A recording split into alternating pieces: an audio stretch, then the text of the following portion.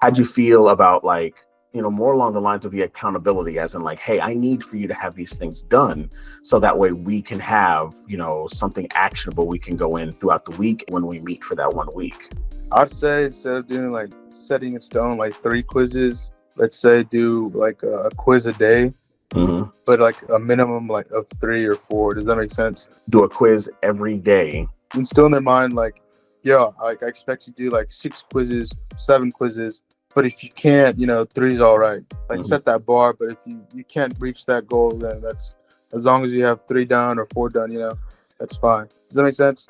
Yeah. So you're saying kind of like not overload them, but just like, hey, I want you to do a quiz. I want 5 quizzes done this week. And if you can't get 5 done, the minimum that you need to do is at least 2 to 3 or something along the lines of that. So funny story is that I would do that. I did that when I very first started coaching, and no matter what I said, people got overwhelmed. They were just really? Like, yeah, I would say like, hey, I want you to do a quiz every day. So Monday through Friday, have Saturday and Sunday off or whatever, even if they had a full-time job or whatever. So that's where the tricky part comes. The tricky part? So I say to them, all right.